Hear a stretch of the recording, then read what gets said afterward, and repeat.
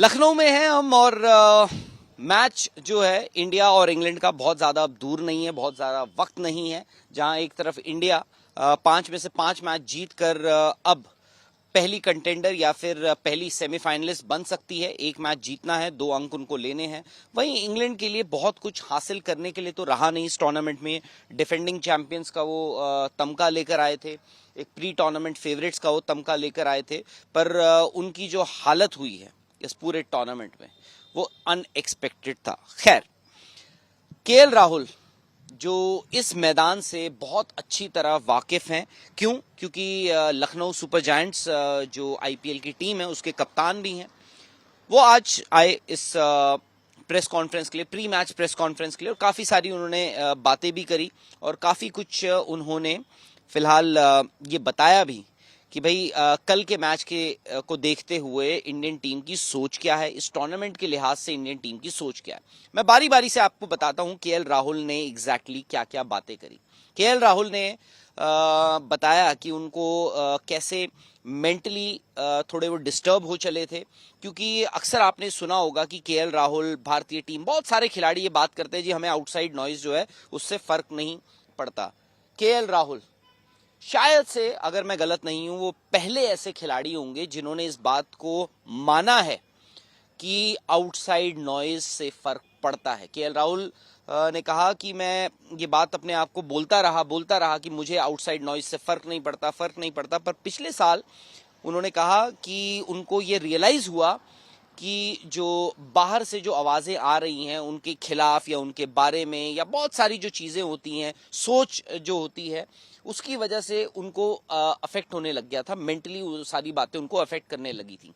और उन्होंने कहा कि उनको बीसीसीआई के खैर मेडिकल स्पेशलिस्ट होते हैं, फिटनेस के लिए अलग, मेंटल हेल्थ के लिए अलग, बहुत सारी चीज़ें, उनको वो सारी मदद भी लेनी पड़ी। खैर, उन्होंने ये बात कबूली है कि भाई आउटसाइड नॉइज से फ़र्क पड़ता है। बस ये हुआ कि उन्होंने कहा कि भाई मैं थोड़ा मेंटली और स्ट्रांग हुआ और उसके साथ ही मैं थोड़ी मोटी चमड़ी वाला इंसान भी बन गया जहनी तौर पर, कि भाई मुझे इन सब चीज़ों से अब फर्क नहीं पड़ना चाहिए। तो ये केएल राहुल ने कबूली है। मेरे ख्याल से वो पहले ऐसे भारतीय क्रिकेटर भी होंगे जिन्होंने ये बात मानी है। उन्होंने कहा कि भाई रोहित शर्मा की ही तरह मैं भी सोशल मीडिया से दूर रह गया।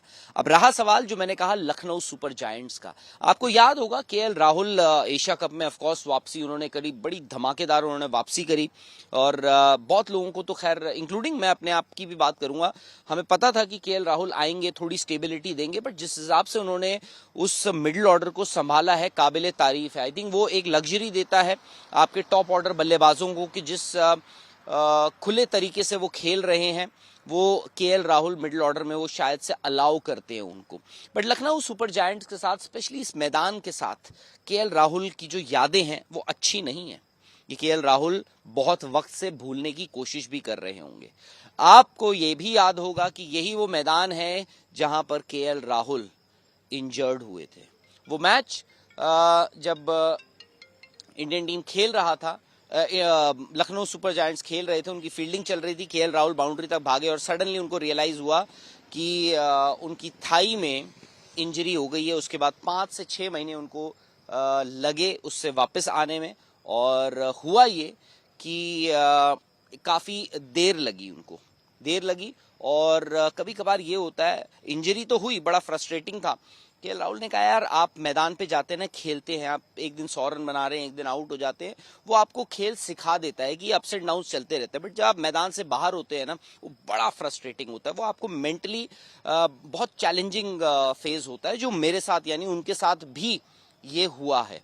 तो वही एस्पेक्ट है जिसके बारे में वो बता रहे थे कि, और वो बोल रहे हैं कि मेरी वो सबसे बुरा फेज था और मैं आज तक उसको भूला नहीं हूँ, कोशिश कर रहा हूँ कि मैं भूल जाऊँ। हो सकता है कल केएल राहुल के इस मैदान पर रन आ जाए, इंडिया जीत जाए और वो जो यादें हैं वो मिट जाएं और नई और अच्छी यादें केएल राहुल के साथ आ जाएं। अब 11 में क्या तब्दीली हो सकती है? केएल राहुल ने एक चीज साफ कर दी है, कल सूर्य कुमार यादव खेल रहे हैं।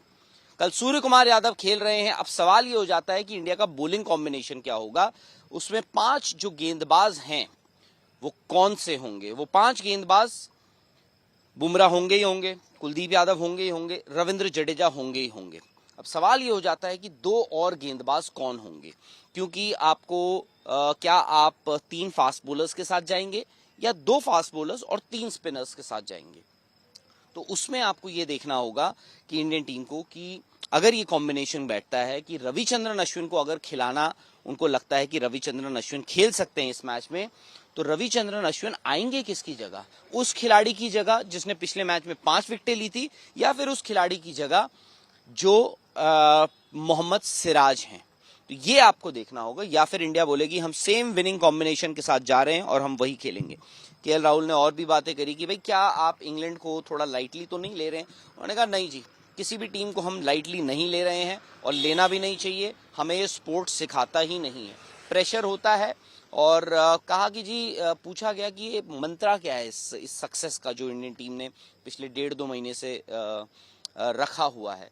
तो उन्होंने कहा कि भाई हर किसी को अपना रोल पता है, इंडिविजुअल लेवल पे भी आप सक्सेस अचीव कर रहे हैं और एज अ ग्रुप भी आप सक्सेस अचीव करने के लिए एस्पायर कर रहे हैं, और रोल डिफाइन है और हर खिलाड़ी अपने रोल पर बखूबी काम भी कर रहा है। कहीं मिडिल ऑर्डर, क्योंकि रोहित शर्मा और विराट कोहली के जिस हिसाब से रन आए हैं, हालांकि हर खिलाड़ी ने, स्पेशली बल्लेबाजों ने, हर किसी के तकरीबन रन हैं, बट ये है कि कहीं ऐसा तो नहीं कि जो बाकी के खिलाड़ी हैं उनके रन कोई कंसर्न। केएल राहुल ने कहा यार देखो ऐसा कोई कंसर्न तो नहीं है मिडिल ऑर्डर में। हाँ, ये अच्छी बात है कि रोहित शर्मा, विराट कोहली जो सीनियर प्लेयर्स हैं उनके रन आ रहे हैं, बट बाकी खिलाड़ियों का आप देखिए उनका भी कंट्रीब्यूशन अच्छा है। हाँ, बड़े रन सबके नहीं आए हैं, बट जिस हिसाब से पूरी टीम लय में दिख रही है, उन्होंने ये बात मान ली है कि आप यही चाह रहे थे और यही मान रहे थे, और ये वर्ल्ड कप जो है हर किसी को इसी का इंतजार था कि आपका जो पीक है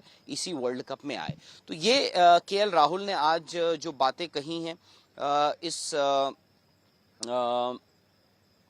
प्रेस कॉन्फ्रेंस में, उसके बाद उन्होंने ये भी बताया कि भाई एज एन, अगर वो बाहर से एक न्यूट्रल पॉइंट ऑफ व्यू से देखें तो इंडिया के लिए क्या अच्छी चीज रही है। उन्होंने कहा है कि सोच और खेल दोनों ही अग्रेसिव रहा है उनका, और हमने बड़ी तैयारियां बहुत अच्छी करी हैं, और विकेटों के लिहाज से उन्होंने कहा आप जहां जाएंगे आपको अलग अलग विकेटें मिलेंगी, आपको अडेप्ट करना पड़ता है, स्पेशली इंडिया में जहां पे इतना ट्रैवल भी आप कर रहे हैं।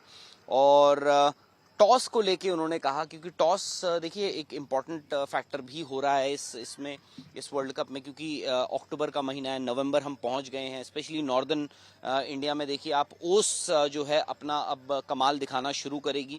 तो उन्होंने कहा कि यार देखो टॉस हो सकता है इम्पॉर्टेंट हो, बट हम पहले बैटिंग भी आ गई ना तो हमें कोई दिक्कत नहीं है, और इनफैक्ट हम चाहेंगे, ये हमारे लिए एक अपॉर्चुनिटी होगी कि पहले बैटिंग करके आप मैच जीतिए। खैर, ये स्पोर्ट्स तक पर मैं आपको बता रहा हूं केएल राहुल की अब से कुछ ही देर पहले जो प्रेस कॉन्फ्रेंस खत्म हुई है, उन्होंने ये बातें कही हैं। उन्होंने माना है कि इस मैदान से उनकी बड़ी एक खराब याद जुड़ी हुई है और उसको वो वाइप ऑफ, उसको हटाना चाहते हैं। केएल राहुल उस याद को भूलना चाहते हैं, पर जैसे ही कोई इस बात का मेंशन कर देता है तो भूल नहीं पाते हैं। अब सवाल ये है कि क्या इंडिया इंग्लैंड को कल हराएगा, क्या होगा इंडिया की प्लेइंग 11, वो सारे सवालों के भी आपको जवाब देंगे। आप स्पोर्ट्स तक पर बने रहिए, स्पोर्ट्स तक को सब्सक्राइब कर लीजिए, साथ ही नोटिफिकेशन की घंटी बजा लीजिए। क्यों? क्योंकि मैं अभी गया और थोड़ी देर में आऊंगा, क्योंकि इस वक्त वहां पर इंडियन टीम की प्रैक्टिस चल रही है। मुझे दौड़ना है, देखना है कि वहां क्या हो रहा है। मैच से जुड़े आपके हर सवाल का हम देंगे जवाब। जानने के लिए हर update, live analysis, special interviews, download कीजिए स्पोर्ट्स तक ऐप।